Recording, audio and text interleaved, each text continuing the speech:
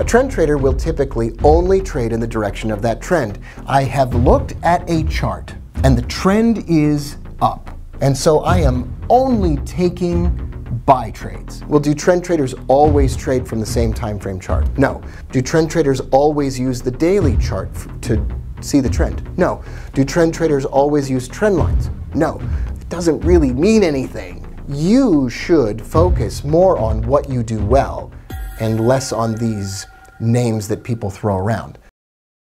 여러분들이 찾아보는 99%의 매매 전략은 추세와 역추세를 노리는 전략이죠. 혹시 왜 그런지 생각해 보신 적 있으세요? 예를 들어 A라는 기업이 생기고 그 기업에서 5년 후 주식 상장을 한다고 가정해 봅시다. 그럼 상장 거래소들과 애널리스트들은 이 기업의 매출과 순이익, 영업이익 등을 분석해서 적절한 가격이 얼마인지 판단을 할 거예요. 이 과정을 Initial Public Offering, 그래서 IPO 단계라고 하는데, 이 IPO 단계에서는 기준이 되는 시장 가격이 없기 때문에 기업의 본질 가치를 산정해야 합니다. 그래야 적정 가격을 판단할 수가 있겠죠. 이 기업의 본질 가치를 산정하기 위해 아까 말했던 매출, 순이익, 영업이익 등 이런 것들을 기준으로 해서 주가를 주당 순이익으로 나눈 PER, 그리고 당기 순이익을 자기 자본으로 나눈 ROE를 정하는 거예요. 이 회사의 매출이 지금 이 정도고 영업이익이나 들어가는 짜잘한 지출을 뺀 순이익이 얼마고 회사 전체 자금 중에 대출이 아닌 실제 회사 자금이 이 정도고, 이런 것들이 있어야 이 A기업의 주가와 주당 순이익을 예상할 수가 있으니까요. 자, 그런데 이 A기업이 IPO를 통해서 결국 상장을 했습니다. 이때는 증권사마다 애널리스트들마다 생각하는 적정 가격들이 있겠죠. 많은 사람들이 생각하는 A기업의 평균 적정가가 10,000원이라고 했을 때 A기업의 주가가 20,000원으로 상장을 하게 된다면 여러분은 사시겠습니까? 좀 애매하겠죠. 그런데 갑자기 이 10,000원에 상장한 주식이 상장 직후에 갑작스레 치솟으면서 30,000원, 40,000원 이렇게 올라요. 그럼 내가 적정가를 너무 터무니없게 잡았나? 지금이라도 잠깐 들어가서 단타만 치고 빠져야 되나? 이런 고민에 사로잡히실 겁니다. 물론 대부분의 주식이든 암호화폐든 이 상장 빔이라는 게 있어요. 처음 상장한 후엔 많은 사람들이 관심을 가지고 있으니까 상장 전에 우리사주나 아니면 다른 형태로 보유하고 있던 사람들이 조금이라도 높게 팔려고 가격을 펌핑시키는 경향이 있는데, 이때도 시간이 지나면 결국 평균 적정가 근처까지 떨어지게 되는 겁니다. 자, 그래서 이게 왜 중요한데, 결국 적정가로 기준을 잡고 난 후에는 현재 사람들이 얼마나 많은 관심을 보이고 있느냐, 그리고 그 관심의 방향이 상승이냐 하락이냐에 따라 매매를 진행해야 한다는 겁니다. 자, 예를 들어 볼게요. 트럼프 대통령은 대표적인 공화당 인물이죠. 그러면서 화석연료 같은 원초적인 에너지를 지지하는 사람이에요. 자, 그런데 이 트럼프가 당선되기 전에, 그러니까 출마를 하고 사전조사를 했을 때 우세인 상황에서 테슬라 주가가 영향을 받을 거라 생각했어요. 테슬라는 전기차를 주력으로 하는 친환경 에너지 기반이라서 이 트럼프가 당선되면 전기차 보조금 같은 지원금이 줄어들 거라 생각하니까 당연히 사람들이 주가에 위협이 되겠구나 이렇게 생각을 했는데, 이게 웬걸 일론 머스크가 트럼프한테 후원금을 보내면서 둘 사이가 좋아지니까 전기차 보조금에 대한 얘기도 나오고 오히려 밀어준다는 소문도 들면서 주가는 사상 최고가를 찍게 되었습니다. 이후에도 둘 사이가 멀어지면 주가가 좀 떨어지고 둘 사이가 다시 가까워지면 좀 오르고, 이게 뭔가 싶으면서도 중요한 거는 이런 것들이 모여서 시장 심리를 만들고 심리가 모여서 추세를 만들게 된다라는 거죠.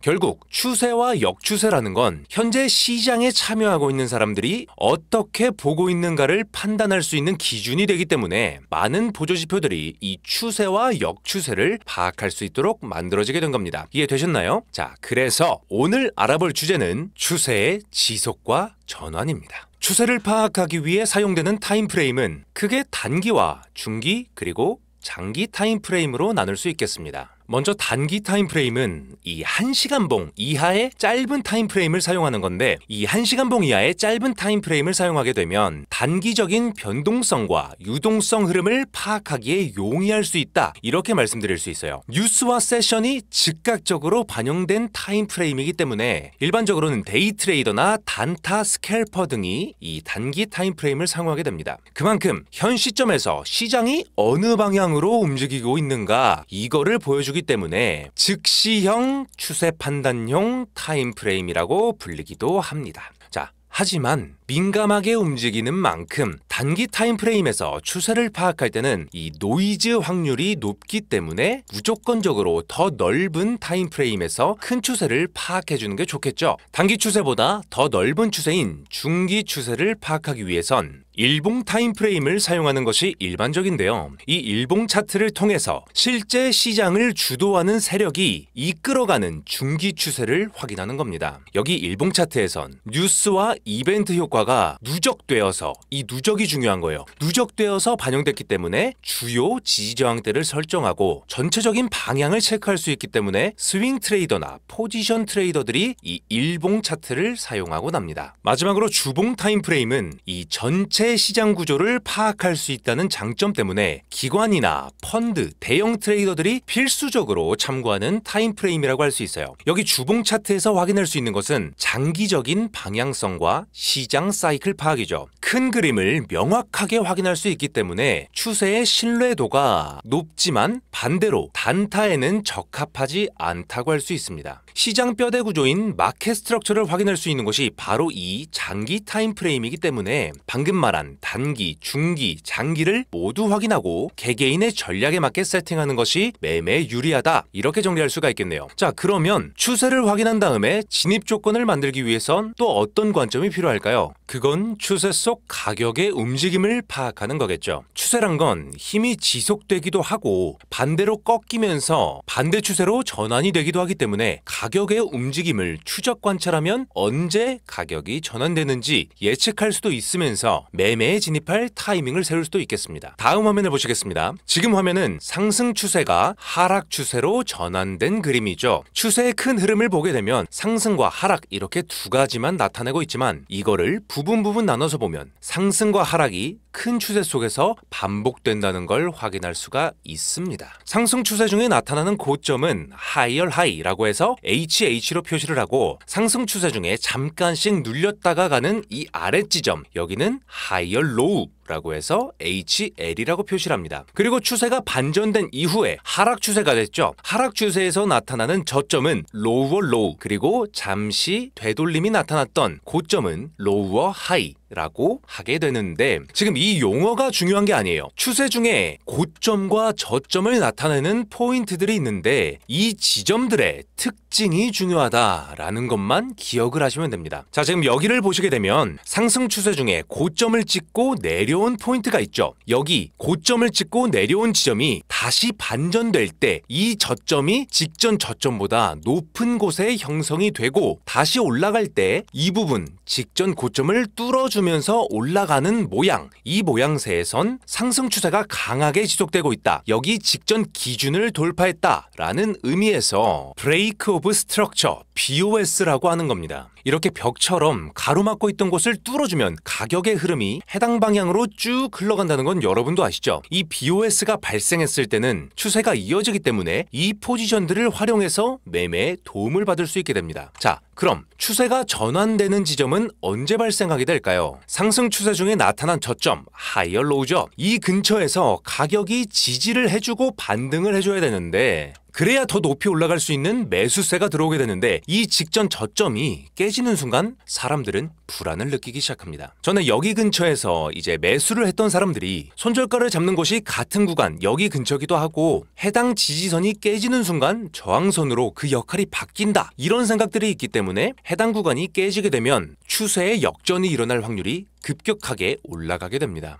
이때 추세가 전환되는 걸 성격이 바뀌었다고 해서 Change of Character, 초크라고 부르는 거죠. 초크가 발생하면 높은 확률로 추세가 전환된다. 자, 그럼 언제 우리가 추세의 반전이 되는 초크를 확정 지을 수 있을까요? 다음 차트를 보겠습니다. 지금 차트는 상승 추세가 이어지다가 끊기고 이렇게 하락 추세로 전환된 차트예요. 이때 상승 추세 중에 나타난 고점은 여기가 되고 저점은 여기가 되겠죠. 그렇다면 저점 구간 하이어 로우에 가로줄을 하나 표시해 줄게요. 이렇게 가로줄을 표시했을 때 캔들이 이 구간을 이탈하는 순간 여기겠죠. 하이어 로우를 이탈하는 캔들이 꼬리가 아닌 몸통으로 이탈하면서 확실한 이탈을 보여야 한다는 겁니다. 캔들의 꼬리 구간은 가격이 움직인 구간 전체를 나타내고 있죠. 그렇지만 몸통 부분은 가격이 주로 움직인, 그러니까 사람들이 더 의미 있다고 생각하는 구간이기 때문에 이렇게 한두 번 건드려서 나타나는 꼬리가 아닌 참여자들의 의도가 명확하게 담겨있는 몸통 부분으로 이탈을 해줘야 그 첫 번째 조건이 달성된다라고 할 수 있겠습니다. 자, 그리고 두 번째 조건은 이탈하는 초크 구간에 페어 밸류 갭 구간이 발생해야 된다 라는 겁니다. 페어 밸류 갭은 저번 시간에 다뤘던 가격 움직임 사이에 나타난 갭 모양이죠. 물론 직전 저점 구간에 페어 밸류 갭이 발생하면서 다음 캔들이 완성됐다면 이 구간을 지지해주는 매수세가 쭉 빠지기 때문에 다시 위로 복구할 가능성이 점점 줄어들게 됩니다. 하지만 지금 차트를 보게 되면 여기서는 지금 페어 밸류 갭이 발생을 안 했어요. 그런데 이렇게 선 가까이 움직이다가 이 구간에서 페어 밸류 갭이 발생하면서 이 구간을 지켜주지 못하고 이후부터 강하게 가격이 이탈하는 모습을 보여주고 있죠. 그렇기 때문에 지금까지 설명한 걸 요약해보자면 초크를 통해서 추세의 반전을 확인하고 BOS를 통해서 추세의 지속을 확인하면서 지금 내가 포지션을 유지할지 아니면 매도할지 정할 수 있다라고 할 수 있겠죠. 지금 여기 페어 밸류 갭을 근거로 확정짓는 초크는 이후에도 이 구간이 해당 주요 지지저항선으로 활용할 수 있기 때문에 여러분들이 목표가를 잡는데 기준을 세울 수 있게 되는 거예요.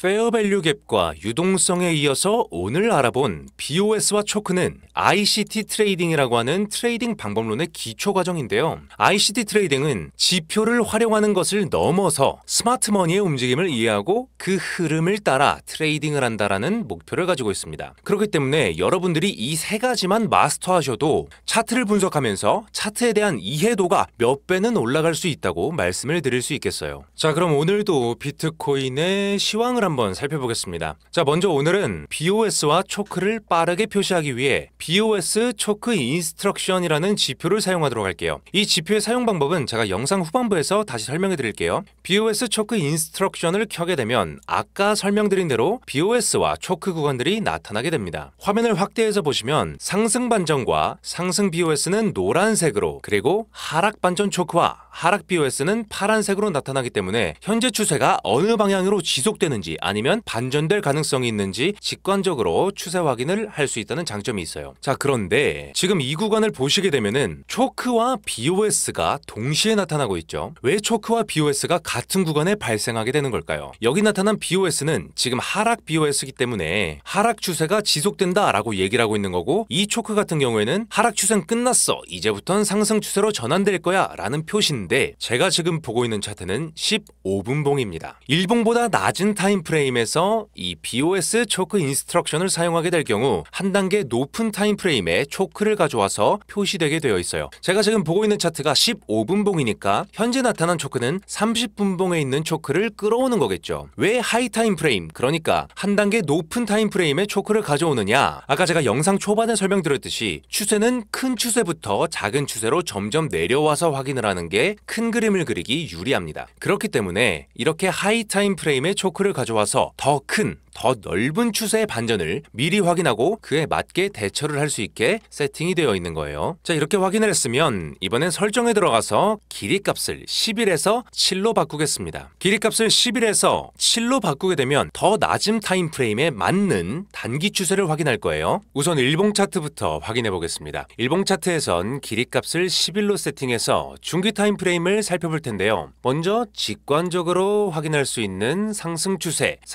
속에 발생한 두 번의 하락 BOS는 일시적으로 잠시 눌렸다가 갈 수 있는 가능성을 제기하고 있어요. 자, 그러면 이 BOS 선들의 시작이 되는, 그러니까 기준이 되는 곳들을 이어서 추세선을 하나 만들어 주도록 하겠습니다. 첫 번째 BOS가 발생하고 난 후에 가격이 기준선에 부딪히고 내려왔다가 힘을 못 쓰고 있죠. 그리고 기준선을 확실하게 돌파한 이 구간을 보게 되면은 지금 강한 페어밸류 갭이 두 구간 발생한 것을 확인할 수가 있어요. 좀 더 자세히 살펴보기 위해 차트를 확대해 보겠습니다. 이렇게 페어밸류 갭이 연이어 발생하면서 돌파를 확정 지으면 가격이 이 추세선 위에서 놀 수 있다는 거예요. 자, 그러면 이 페어밸류 갭 구간은 나중에 어떤 식으로 작용이 되나 라고 봤을 때 페어밸류 갭 구간을 그대로 이어서 추후에 가격이 다시 기준선 밑으로 내려왔을 때 지지 후 반등할 수 있는 구간, 그러니까 기준점으로 사용할 수가 있는 거예요. 자, 그만큼 페어밸류 갭이 중요하다는 거 이제는 아시겠죠? 자, 그럼 이 다음에 기준선을 돌파했을 때도 역시 페어밸류 갭 구간이 발생한 걸 알 수가 있죠. 그러면 이후에도 나타난 페어밸류 갭 구간을 계속해서 표시해 보도록 합시다.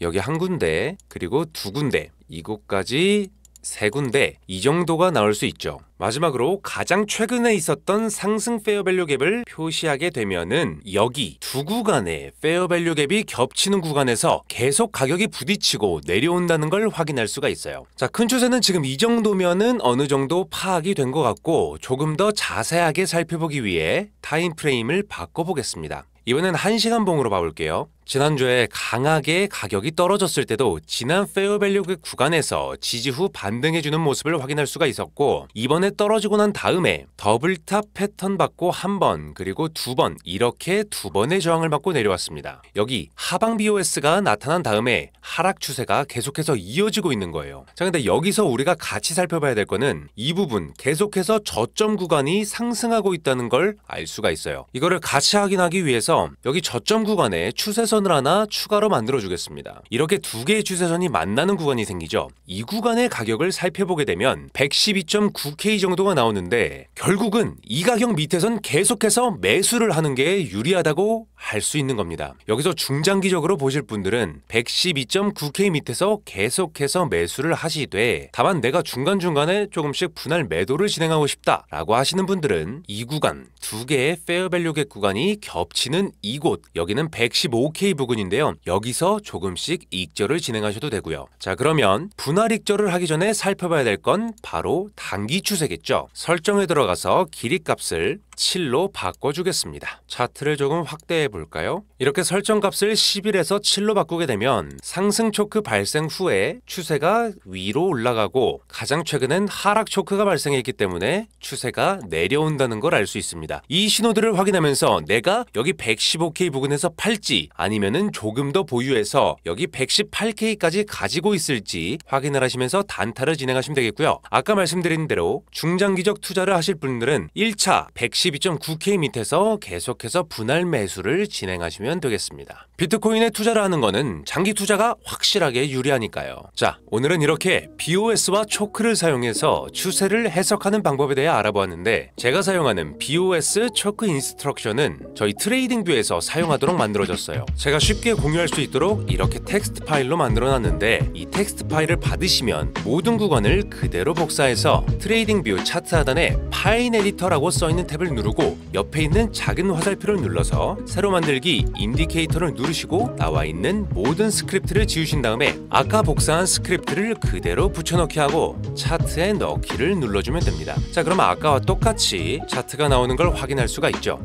간단하죠? 이 텍스트 파일에 관심이 있으시거나 오늘 영상을 보시고 또 다른 질문이 있으신 분들은 제가 이렇게 모든 영상마다 저한테 다이렉트로 메시지를 보낼 수 있는 카카오톡을 남겨놨는데, 이 지표의 코드 소스를 받고 싶으시거나 아니면은 제 영상에 올라와 있는 전략들을 테스트하시다가 궁금하신 점 있으시면 이쪽으로 연락을 주셔도 되고요. 이 전략들을 언제 다 일일이 테스트하고 있어 이렇게 시간이 없으신 분들은 제가 올린 전략들을 테스트하고 각자 본인만의 꿀팁들을 또 전수하는, 공유하는 이런 방이 있어요. 여기도 관심 있으시면 한번 쓱 들어와서 둘러보시는 걸 추천드릴게요. 그런데 많은 분들이 저한테 지표를 받아가시면서 이렇게 구독을 안 눌러주시는 분들이 많이 계시더라고요. 그래서 저도 이제부터 제 채널을 구독해주신 분들에게만 지표의 코드 소스를 제공해드릴 예정입니다. 구독자인 걸 어떻게 확인하냐고요? 이렇게 저한테 질문을 주실 때 유튜브에 아무 댓글이나 남겨주시고 이렇게 여러분의 유튜브 닉네임을 같이 적어주시면 제가 대조를 해서 확인하는 방법을 거치겠습니다. 간단하죠? 자, 그럼 오늘 준비한 영상은 여기까지고요. 다음에도 신박한 전략 찾아서 여러분들에게 소개를 해드리도록 하겠습니다. 지금까지 하백남이었습니다.